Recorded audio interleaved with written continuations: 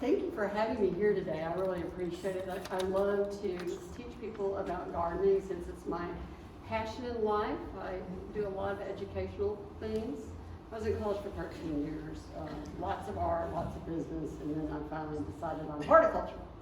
And so I mixed all that together in my business. So I graduated in 1987. I did interior landscaping for 10 years, and then that seemed to be too confining, so I got some degrees in landscape design after I got my horticulture degree, and I've been doing that ever since.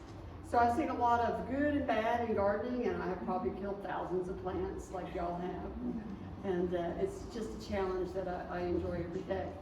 I try to incorporate art into my designs, so it's a big challenge to do that part too. So why herbs? I got started in herbs when I was living in Estes Park, Colorado, and I had a dear sweet neighbor who was 40 years older than me, and she had this little greenhouse that she was growing herbs in. She couldn't get into it anymore, so she asked me to help her take care of that, and I enjoyed it so much. So I went for studying pottery to getting a degree in horticulture, and I've never looked back since. It's been a lot of fun. So why herbs? I think landscape should be more than useful. I think, as it should be more than beautiful, I think landscape should be useful.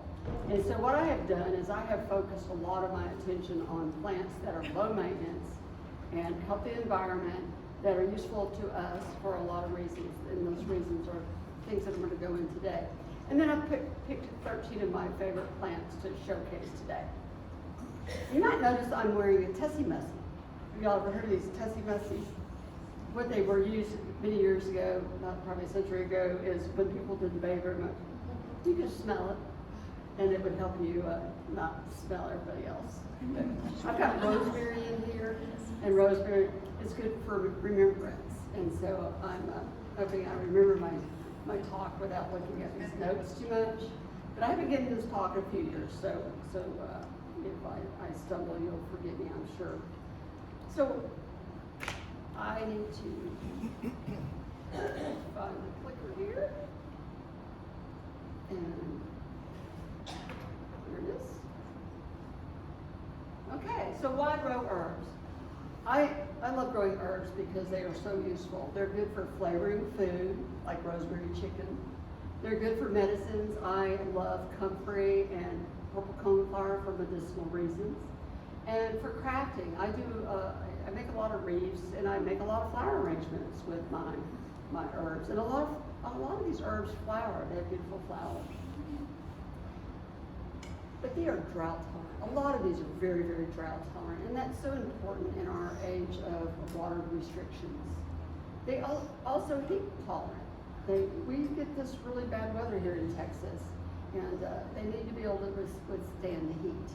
And so the plants I'll be talking about today are heat tolerant, and they are low maintenance.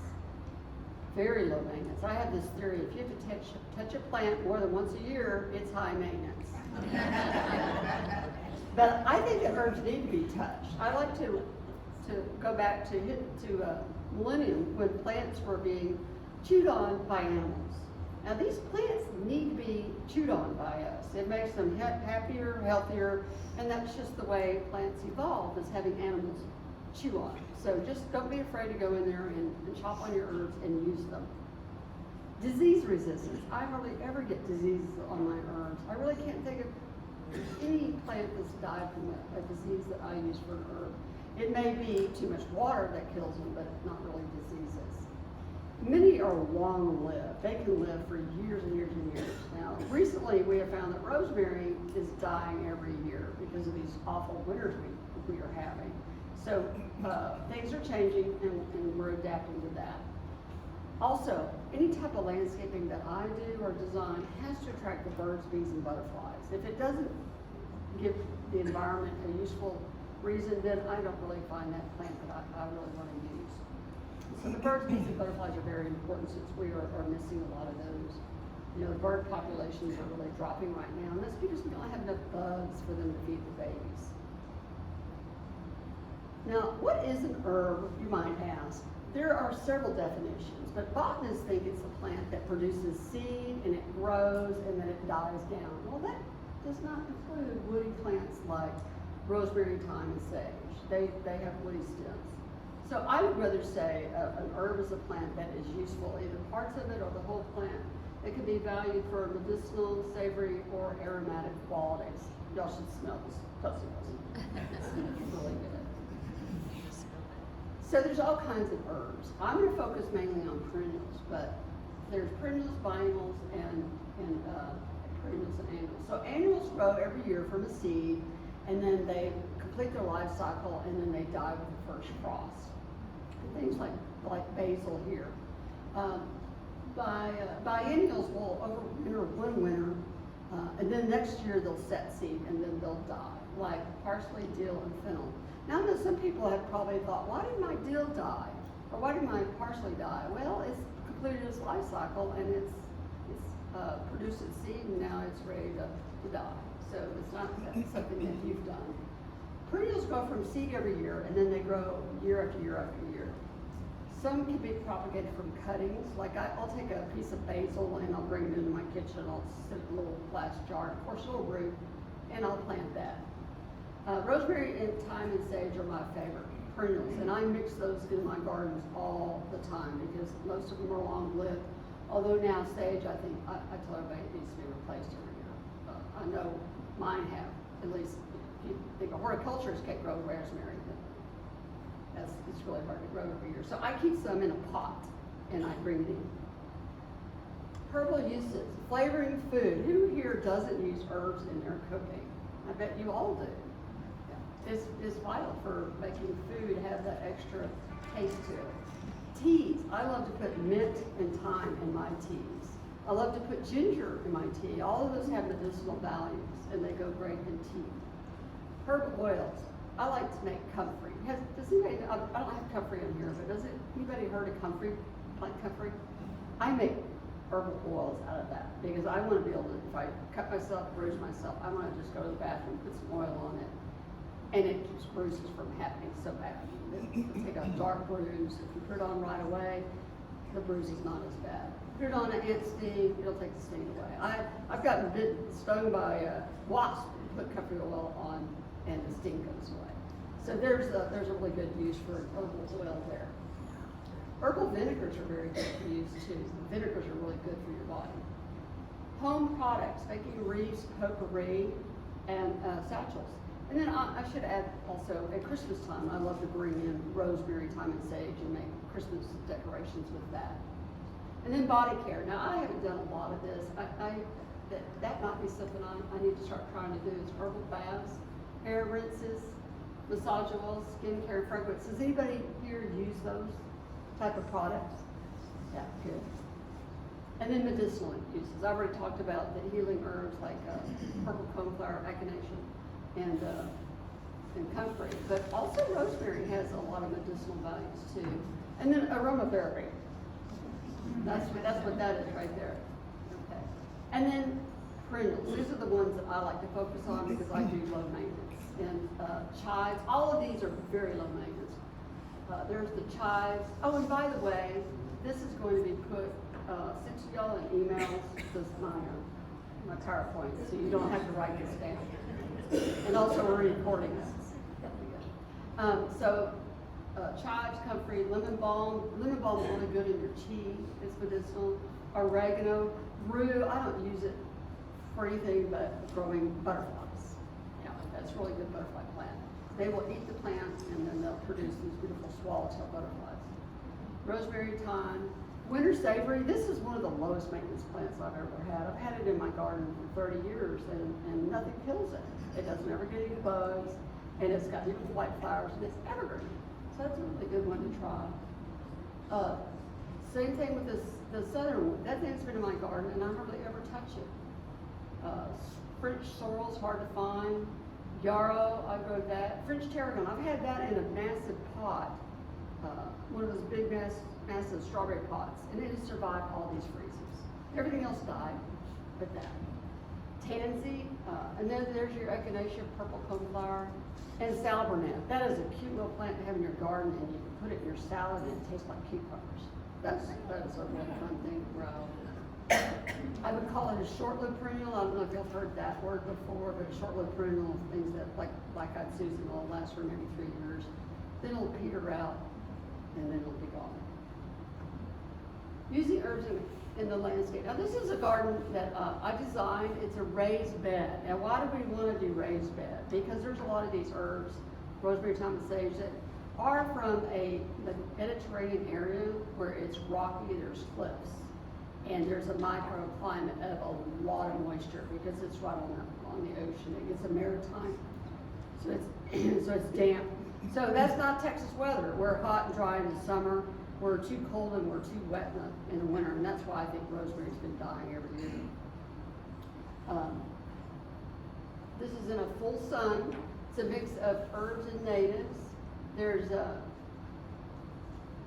right here, let's see if I can get this working. Okay, so I've got echinacea in there. That's the purple pinkish flower. I've got thyme, mullein, wormwood in there, and then I've got a prickles cactus. The young pads can be used in cooking. So you see that you can mix a lot of these herbs into a landscape. Herbs that are drought-tolerant and heat-tolerant. All of these plants are appropriate for using in the landscape. At the bottom there is landseers. Now that used to be used for medicinal and other purposes, but it's no longer. But it's a really fun plant to have. The middle plant is a rosemary. That is an upright rosemary, and then I'll talk about rosemary in a bit. And then behind it is the Mexican bush sage, one of my all-time favorite herbs. It gets about this tall, and it's got these beautiful, bright, fuchsia-colored flowers in the fall, and it is a butterfly magnet.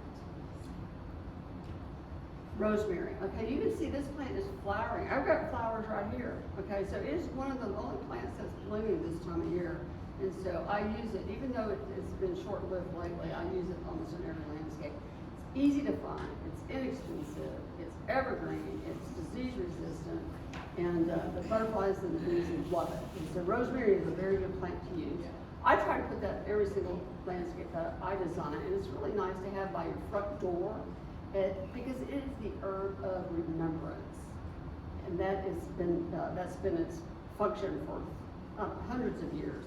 So when you're at a funeral, you can give a gift of rosemary to somebody so that they can remember their loved one.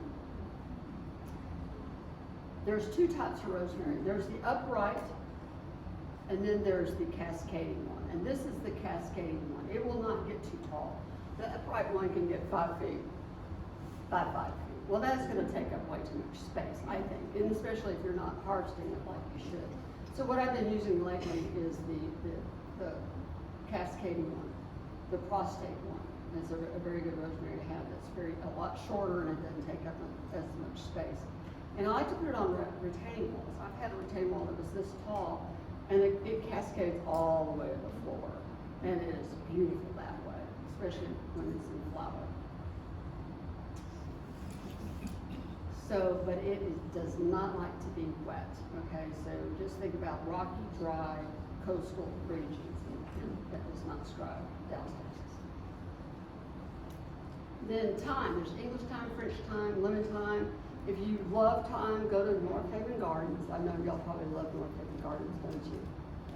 They have more selection of herbs than anybody I've seen, and they have very good quality plants. And so try out these different types of herbs.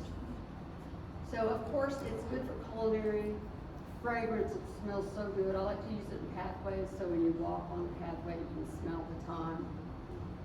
It's ornamental. I use it as ground cover in a lot of landscapes that have full sun.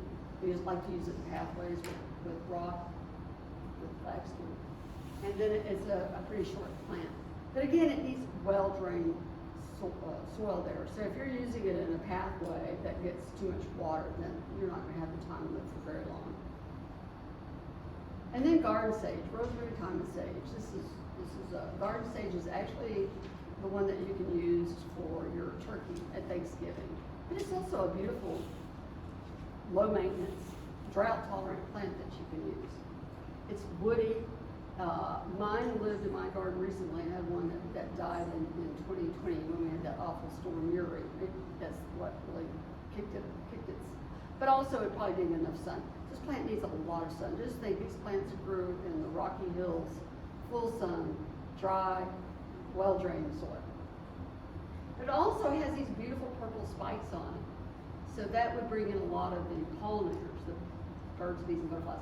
Y'all seen my monarch earrings? I've got monarch earrings on. They love it. I've got a caterpillar here and I've got a full-grown monarch here.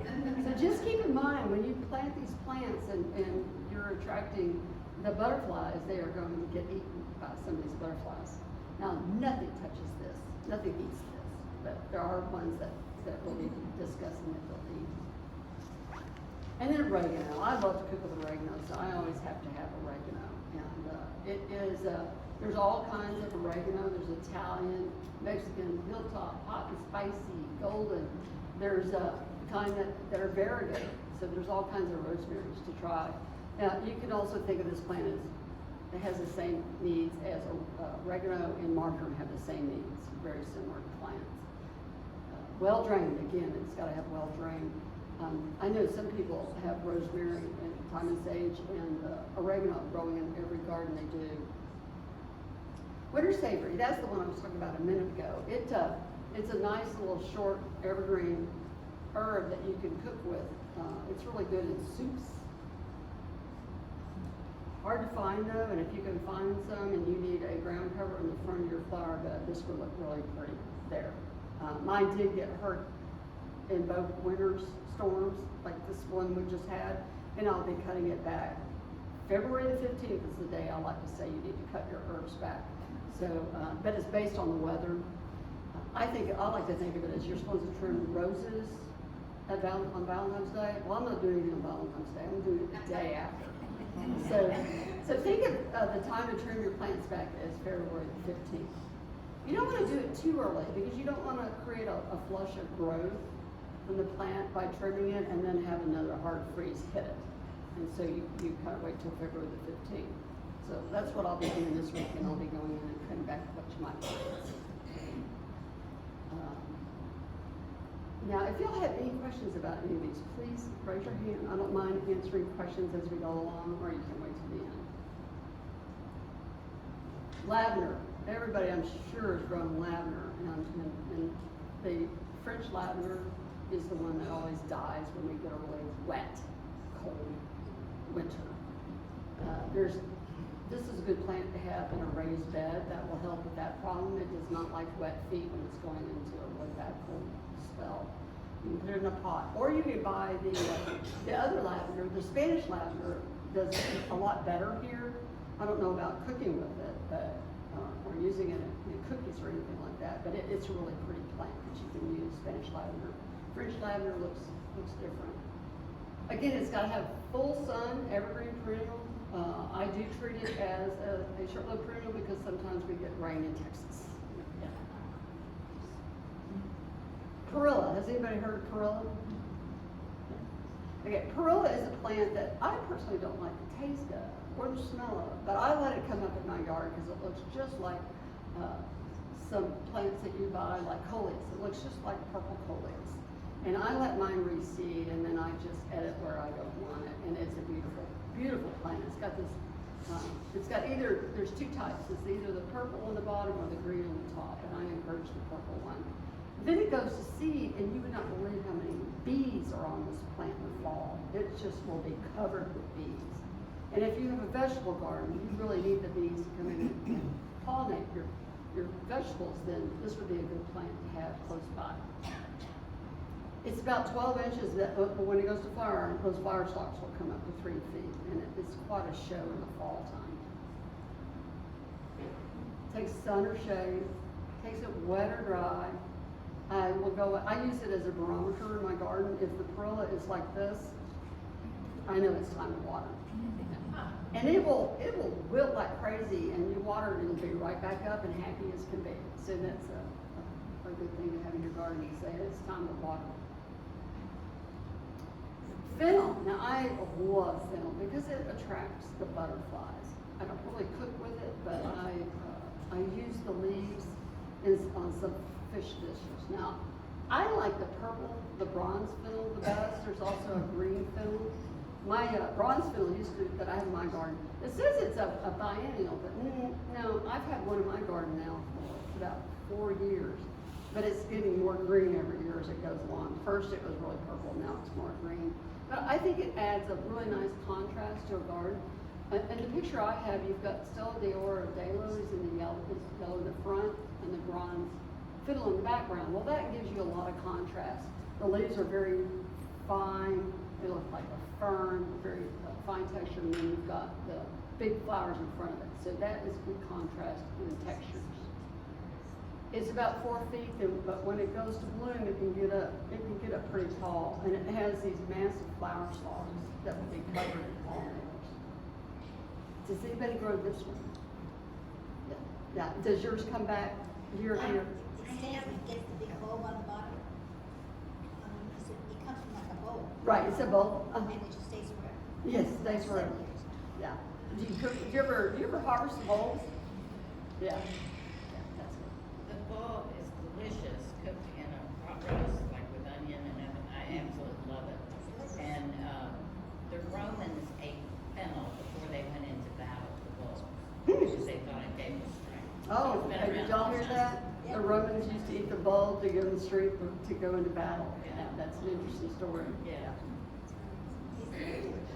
So I should probably harvest my bulb and give it a try. Chive. Now there are 2 kinds of chives. This picture shows one that's a pink flowering. There's also a white flowering chive.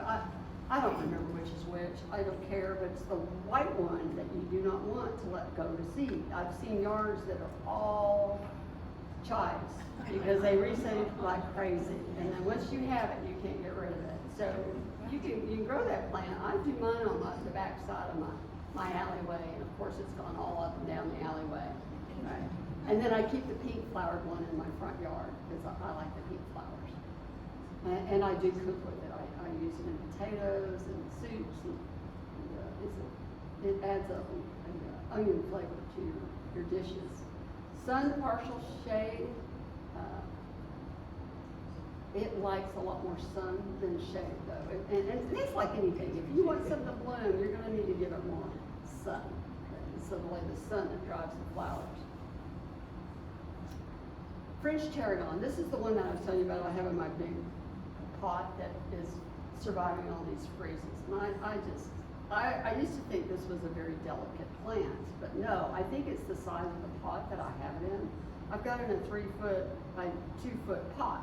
And I used to have rosemary in there, and that died during Uri, but not the tarragon. It's still going strong, and it's a beautiful plant.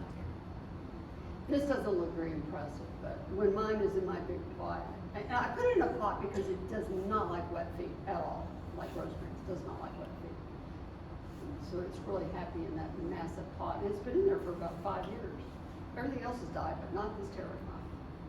So I suggest y'all give this a try. It has a licorice taste to it, and it's just delightful to put in dishes, on fish especially. Now mints. I love mint. But of course, I keep it in a pot. You never plant rosemary, you never plant mint in the ground unless you have an area that's got concrete on 4 sides. Then it's a great plant for that, yeah. Some people, I'm sure, don't know about mint, but what it does is it spreads by roots, and it's almost impossible to get rid of.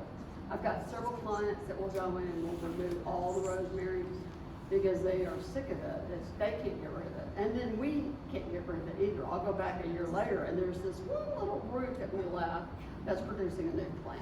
And so that's why you don't want to put it in your garden, put it in a pot.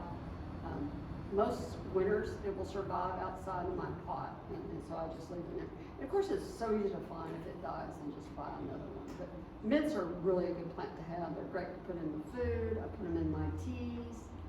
It's a medicinal plant. It's really good for your tummy. And of course, it just tastes really good. And you can make mojitos out of it. That's another good thing. Easy for it. Yeah. And it needs a lot of sun. Like most of these herbs need a lot of sun.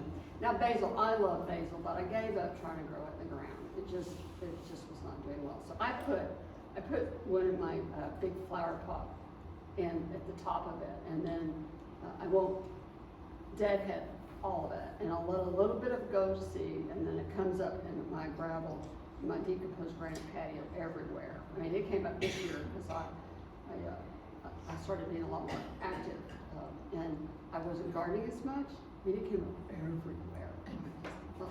And so, but they would get only this tall, whereas the one in my 3 foot by 2 foot pot was 3 foot by 2 foot.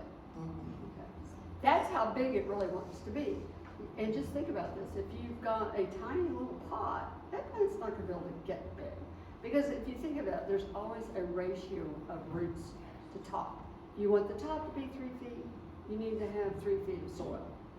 And what happens in these tiny little pots is that the plant will eat all the dirt. Dirt, did I say dirt? No, soil.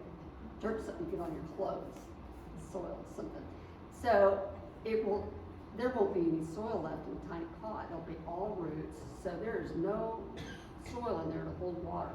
So really, if you want to get a big plant, you need a really big pot. So I have it in this massive strawberry pot, and it got 3 feet by 2 feet. And I let it go to seed. Now I never have to buy basil ever again. It just comes up every year. Of course, you can dig those up and put them where you want. But it will flower, and the bees absolutely love it. Now I'm showing two basils here. There are so many types of basils. The breeders are coming up with new basils every year, and it's fun to try out new flavors and new looks. So we got the purple basil, and we got the green basil. One of the easiest plants to grow if you put it in the right place. I also like to make pesto.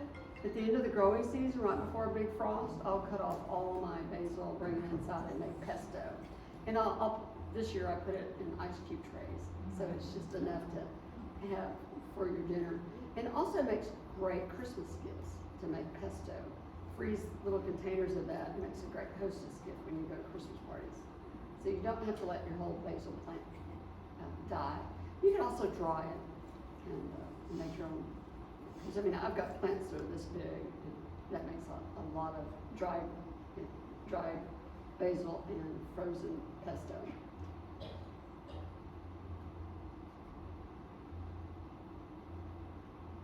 Parsley. Parsley is a cool season, like parsley and dill. They are cool season. That means you can plant them in the fall, and they'll grow over the winter, and they'll grow over the spring. But then once it starts to get really warm, they'll bolt, they'll go to seed, and then I let them go to seed, and then the butterflies are enjoying the flowers while before they go to seed. This is a giant swallowtail that is on the parsley. Now this will lay eggs on your parsley, so just be aware that you're going to need some for the butterflies and some for yourself. Okay, so please do not be spraying. You're not going to be spraying something you're eating anyway, right? Yeah. And you probably wonder, okay, let's talk about bugs for just a second. I'm totally organic. I don't use anything that's not organic. And when people ask me, well, I've got bugs, what do I do about it? There's all kinds of things you can do. First of all, it's off topic, but I like to give time a chance, because there's aphids, a lot of aphids in the springtime. Well, if you wait a few weeks, the aphids are going to come out. And then the aphids are going to eat all the ladybugs are going to eat all your aphids, okay? If you just wait a little bit, and I don't really get these plants not killed by the aphids. They're stunted a little bit, but I like to let nature take its course. And of course, if you've got a problem, it might be something that you need to correct. Is it too wet? Is it too dry? Is there too much sun? Is there too little sun? So you got to fix those problems too. The other thing I like to say is, if you've got a problem you really can't stand, maybe try another approach, and that's to take garlic that's minced. I like to buy these jars of minced garlic at the grocery store and put that around the root of the plant and let that water that in. That's going to make that plant not taste like what the bug thinks it should taste like. It'll start tasting like garlic, and that'll encourage the plants to move on, the bugs to move on from your plants. And so that's something I like to try before I'm going to try any other means of eradicating them. Anybody have any questions about any of that? Yeah. Yes. Do you ever use red pepper? Yes, I use red pepper for the rabbits. For the rabbits? Yeah, I mean, I don't have bobcats around. I live in Plano, and I got so many bobcats. I get, yeah, they take care of the rabbits pretty well.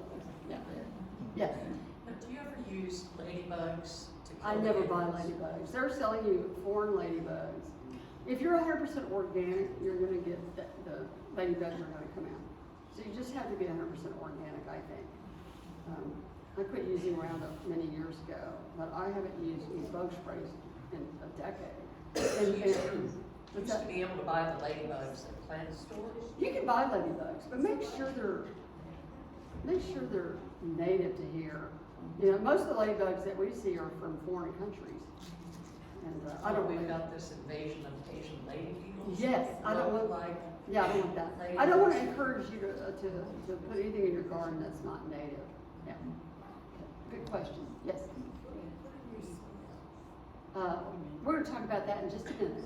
Yeah, I'm getting to that. Good question. Okay, here we go. Okay, now I firmly believe in the 7 principles of landscaping because, and they call this xeriscaping, and it's not zero-scaping, it's xeriscaping. And what that means is you've got to have a really good plan before you go out and buy all these plants. And what I do when I do my landscape plans is I do the mature size of the plant. And so I know that in 3 to 5 years, I'm not going to have to rip out these plants and redo them again. Because these plants get massive. When you buy a little tiny plant, you're putting it in the ground, you're like, there's 3 feet. It's not enough plants. But in 3 to 5 years, they're going to be on top of each other. And I have a really hard time even planting them that far apart. But I know that if I don't, they're going to be duking it out, and the biggest one's going to win. And that means you start out with a design and it evolves. I mean, all landscapes evolve. You put in this, well, the kind of landscapes I do evolve. Okay, they reseed, they grow, and the strongest one's going to win. So it's better to plan, have a plan in place, and to follow it. Soil analysis. Now, you were asking me what to put in your soil. Now, how do you know what to put in the soil? You know, nobody knows what to do unless they do a soil test. And I've got information in my slide about where to find that. So I would do a soil test before you add anything to your soil. Now, I've done soil tests for so many years, I know everybody doesn't have enough nitrogen. They've got enough phosphorus, they maybe have enough potassium, but you don't have enough nitrogen, and we'll talk about that in a minute. Practical turf areas. We need to get rid of as much turf as we can because we don't have enough birds, you know, enough bugs for the birds, and then that's the bottom of the food chain, and we've destroyed the bottom of the food chain, and it's going to affect us at some point. And yards need a lot more water than any of the landscape plants I use. Efficient irrigation. Most people overwater. When people tell me they have a plant problem, I said, when you have a plant problem, there's 4 things to ask yourself. Is it too much or too little water? Is it too much or too little sun? And then also you could add, that's 4 things. You could add, is it the right type of soil? And does that plant like that type of soil? And so you need to know, but efficient irrigation, almost everybody overwaters. And we'll talk about irrigation here in a minute. Use of mulch. I am a big believer in using mulch, and shredded hardwood mulch is the best because it keeps things cool in the summer, keeps things warmer in the winter. It keeps the fluctuations not as bad, keeps in the water, keeps down the weeds, adds nitrogen as it's decomposing, and I just think it looks good. I think a garden without mulch looks unfinished, in my opinion. And if you look at what nature's doing out there, nobody's out there breaking those leaves up. There's natural mulch on the forest floor. There's natural mulch on the prairie, and so I like to mimic nature. Appropriate maintenance. Now, I do native landscaping. That's really native landscaping and edibles. I really cannot have an install and then have a mowed load guy come in and destroy it because they don't really know what to do. They really have a hard time. They do 20 yards a day. They don't have time to think about, well, is this a echinacea coming up or is this a bad plant coming up?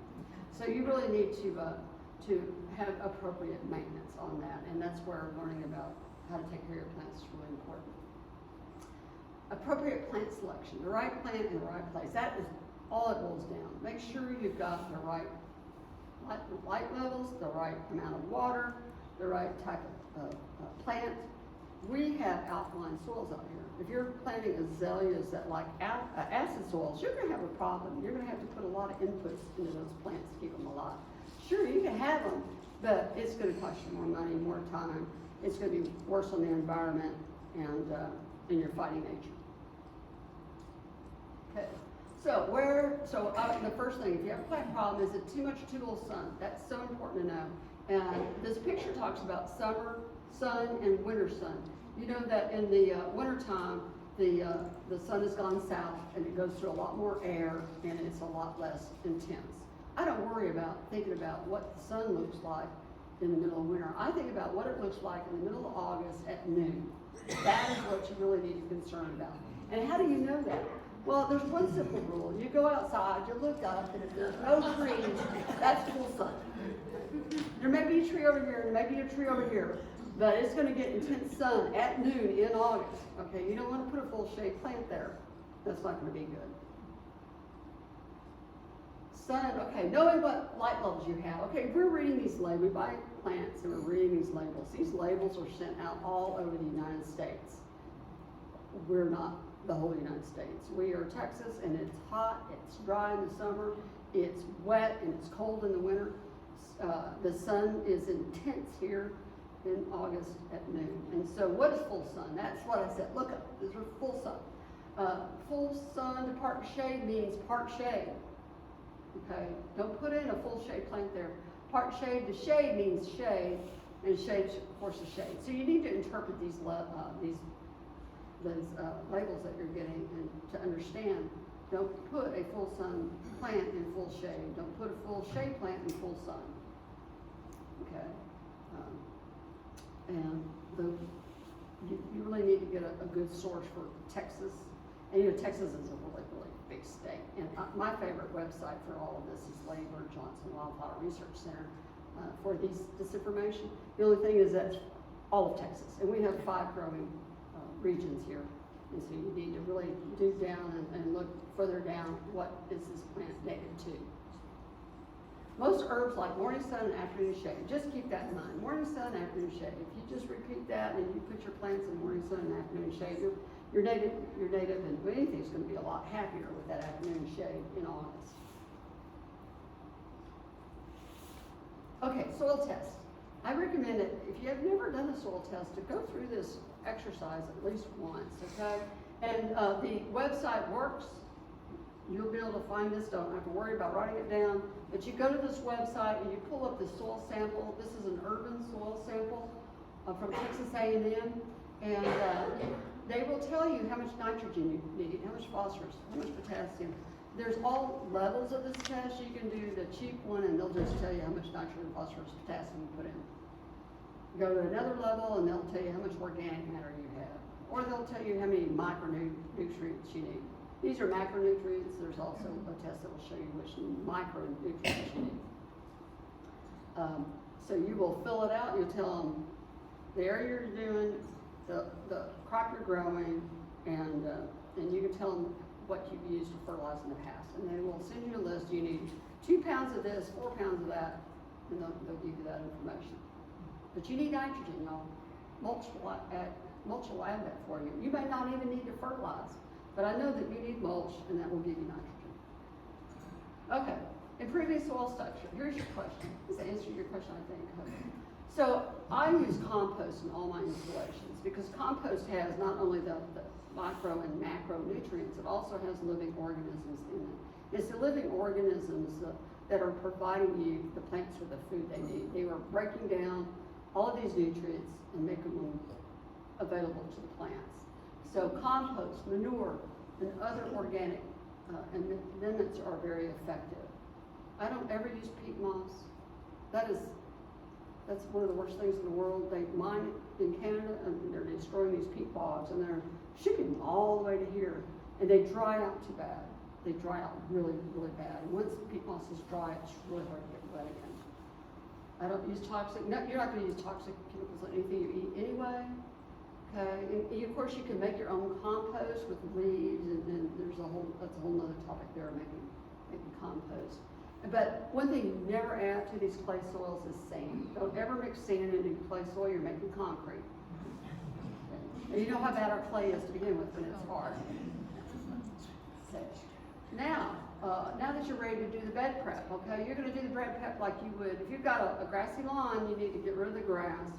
How are you gonna do that? You're gonna hand dig it. You're not gonna spray it with Roundup. You don't wanna eat on that afterwards. Bed prep. You're gonna remove the weeds by digging. You're gonna amend it with 2 to 3 inches of compost. You're gonna rototill that in once.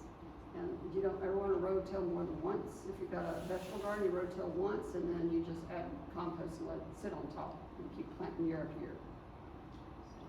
And then this is where we buy a lot of our materials, Texas Pure Products. It's really close to here. Yeah, you can order compost, mulch, and they can deliver it, or you can pick it up in bags, or you can have your landscaper do that for you. Okay, irrigation, zoning. Now zoning is like putting all of your wet liking plants together. Here's the plants that like it moist, they're on this zone. Over here's where my dry plants are on, they're on a totally separate zone. So I may water these 2 or 3 times a week, and I may water this two times a year. I have clients that don't have irrigation, and they're watering 3 times a year, and they still have beautiful landscapes. But you can't mix the two together, you're gonna be killing your plants. You need to have them zoned. But knowing your irrigation would really be helpful to this. Now I've got 2 to 8 minutes on here, but what that really is for sod. I don't really hardly ever water my landscape. I've got an intensive garden at my house. I've got, 500 different plants. But I'm really only watering in, some years, July and August. Some years that's the only months I water. Some years I'm watering in the winter time. So I don't ever really set my irrigation on automatic unless I know we're in a prolonged drought. I'm gonna need to water 2 times a week. And I'll do that because I've got some high water plants. In my, like Lenten Rose, that needs a lot of water. Oak Leaf Hydrangea, that needs a lot of water. And so I will water. And also check your system at least once a year. You know, in the beginning of the year, you turn it on, you walk around, and make sure all your heads are working. Because I know we're all running our irrigation in the middle of the night, and we're not going to know if there's a geyser or not. And then if you have drip irrigation, it's going to be really hard to see if there's a broken drip. And so you need to turn it on and look for wet spots. Okay, the round wet spot, you know that hole is working there. So it's really hard to check drip irrigation. Okay, it's more efficient than the sprinkler irrigation, but it's under the mulch. You know, I don't ever want to see drip irrigation without mulch on top. I just cannot stand that look. You know, it's all over the Central Expressway right now, right? I quit using drip irrigation, to be honest with you. It's supposed to be more efficient, but I don't like the way it looks. I have clients that we can't find the breaks in it. I've got one client next to a pond, and she feeds the ducks and the rats are always eating into her drip irrigation. So it's just, I'd rather have spray heads, and I'd rather use them only when needed. And when do you know when to use it? I give all my clients moisture meters, and I teach them how to use this moisture meter. And it's just, have you seen these? It's on a stick, and there's a little green box, and it says wet, moist, and dry. I use those in the beginning of the year, or whenever I think about turning my irrigation system on, I'll go out and stick it in the ground in 3 places, and if it says it's dry, then I'll turn on my irrigation for my lawn. Okay, and then when you've got a brand new plant that you've planted, you stick, it's in a 1 gallon pot, you stick it right next to the root system. You want it in that peat moss that's really dry. You don't want to stick it over here in the clay. Clay stays wet forever. It takes a long time for clay to dry out. So use those moisture meters on your brand new plants. It's going to help you know whether it needs water or whether you're overwatering. And again, everybody overwaters. So these moisture meters can save you a lot of money. They can save you from having dead plants. Does anybody use a moisture meter? Oh, good. Giving them away as processing here, so, yeah. Yeah. Okay. So water flows, okay. All right, so drip irrigation. Does anybody have a drip irrigation that they love? Does anybody have a drip irrigation that they're upset with? I'm trying to take a temperature of the room. Do y'all like drip irrigation?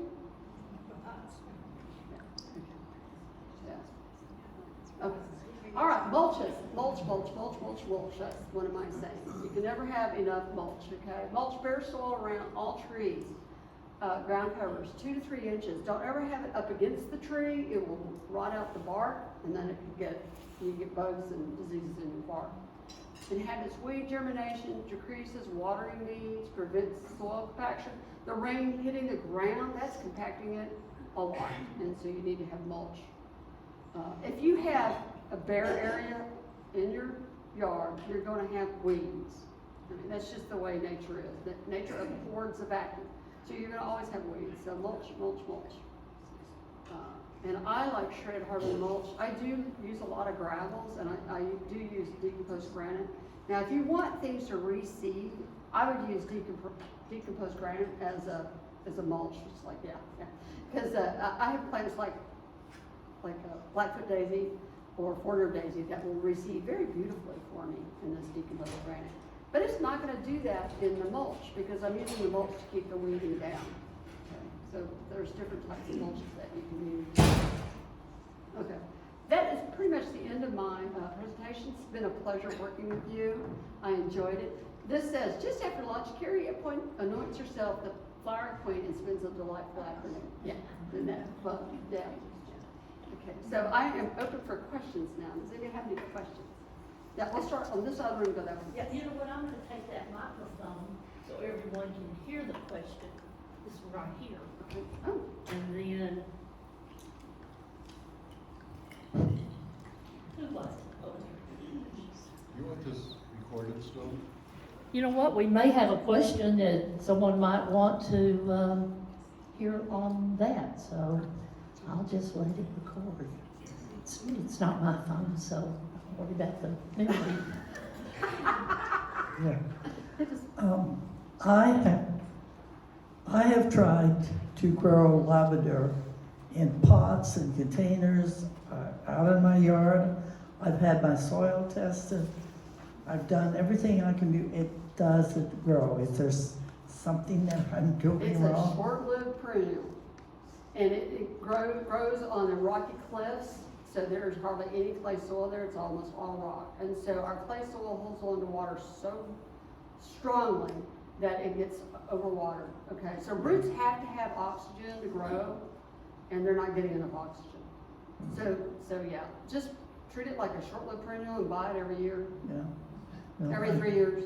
Yeah, it's like rosemary. Now, Thank you very much. I appreciate it. good luck to you on the root test.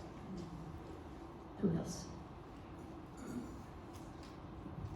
On the soil test, would you assume that maybe you should do more than one? Like if your backyard or something, and this is something Yes. else? Okay. Very good question. If you're growing sod, that's a separate test. If you're growing vegetables or fruit trees, that's a separate test. If you have a native landscape, that's a separate test. Okay. Good point. That's what I thought.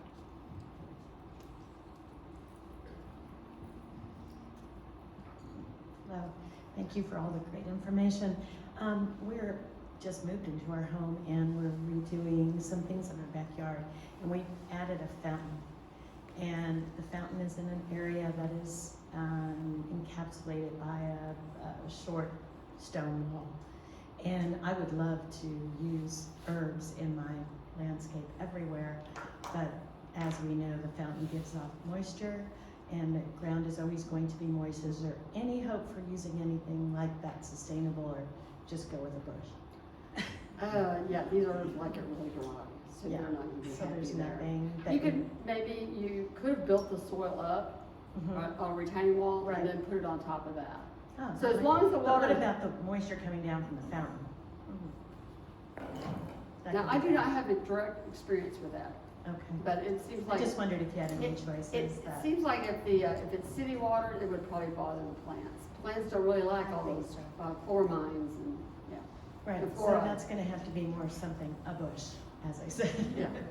Thank you, though. I have mint that grows around mine all the time. I pulled it up by the roots and it still comes up.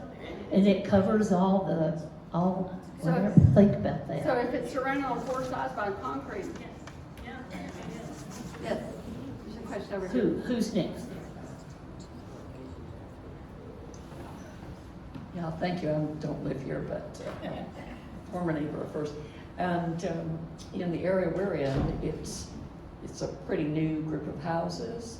And, you know, landscapers, when they get ready to lay down the flower bed, it's just they throw in all the leftover sand. And then they put like this much soil. So my husband and I have been rototilling that thing every year and amending, adding, and it's doing really well. But we have this group of junipers that the landscaper put in. Are they supposed to go almost black in the winter? I thought they were an evergreen. And what can I do to, my neighbor had the I same. think any plant's supposed to go black in the winter. I'm sorry? I don't think any plant's supposed to go black in the winter. Have you ever seen it? You know what I'm talking about, the Are juniper. you talking about the Andorra juniper that turns a bronzy color? Bronze. Is it this tall? Yeah. And this one, it's an Andorra juniper and they're doing just fine. They turn a bronzy color. Yeah, purplish bronze. Purplish bronze. That's it. That's To what me, it's black. That's what they do in the wintertime. But so. It's fine.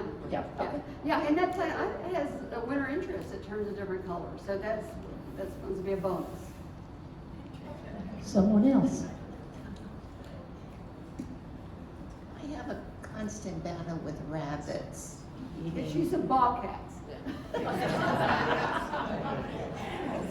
Other than that, Well, I don't like doing any of those sprays that smell. You know, you could do the rabbit be gone. You can do that. You can put down the cayenne pepper. You can try the cayenne pepper. But every time it rains, you're going to do it again. And so people ask me, well, I have rabbits. I don't want any plants that rabbits eat. Well, I don't know what plants rabbits are going to eat. Every year it's something different. Yeah, I mean, one year they ate my junipers. And then one year they ate the rosemary. It's like, you're crazy. Why would you do that? They taste, you know, they're full of oils. So good luck with that. Now, it's a constant problem. Yes. I have sunshine ligustrum around my little around my little cable box, and it was just doing wonderfully. Then 2 winters ago, it died, and I thought, oh shoot, I'm going to have to replace them. And they were kind of no leaves, and they were about this tall. Bingo, they came back. This year, because of the way the wind came in, my ones on one side are dead, and the others are The ones on the north kind of side. the kind of ones on the north sick. side. Yeah. So can I cut them down and hope for the best, or should I pull them out? Well, I'm gonna get up on the soapbox. Ligustrums are on the invasive plant species list. But that is a cultivar. I don't know if it reseeds, so I do not like ligustrums. Oh, I'm not crazy about them either, but I would plant something that's native and is not gonna do. such as what? Oh, yeah, one of these herbs, like garden, how big does it need to be? Well, the thingy is about 36 Dwarf wax inches. myrtle, in full sun, dwarf wax myrtle. Okay, all right. That's that has purple, no, it has blueberries that brings in the birds. Okay, and then if And it it's dies back, native. and if it dies back down in the winter, it'll No, come it's up? evergreen. Ha ha ha, okay. Anyone else on this side? I don't want to get too much exercise. Anybody on that side? In the middle? Yeah, I think okay. they can hear me. Do you ever use coffee grounds, used coffee grounds? I did, yeah, when I was drinking coffee. Well, you know, you can get coffee grounds from Starbucks. Yeah, I don't want to go through that much trouble. That's not- I use mulch, and then personally, I didn't fertilize last year. I was doing a test to see if anything really helped. It was just mulch. But when I was fertilizing, I would use organic corn gluten meal in the spring, and then organic dry molasses in the fall. And that was mainly because I have a lawn. But these native plants don't really need to be fertilized. These herbs are extremely low maintenance. They don't really need to be fertilized if you're using mulch. Does mulch? Okay, the thing about nitrogen is water-based. And what happens is every time it rains or every time you irrigate, you're pushing that nitrogen down into the root zone and past the root zone. Okay, nitrogen just goes through the soil and into our aquifers, whatever.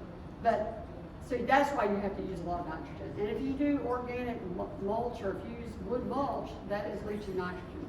Mulch also feeds the microbes in the soil. So yeah, you can use coffee grounds if you want. Yeah. Doesn't hurt. Doesn't hurt, does not hurt. Good point.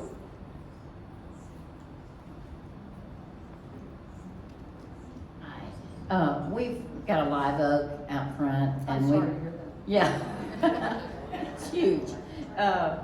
And we had Indian hawthorn that got the fungus, and then the snowmageddon got the rest of them. And we took those out. We replaced them with kaleidoscope abelias, and Callaway's guarantees them. We're on the third set of plants, and I want to do something different because they just, for some reason, are not doing well there. I have other abelias next to the house that are doing great, the Canyon Creek one.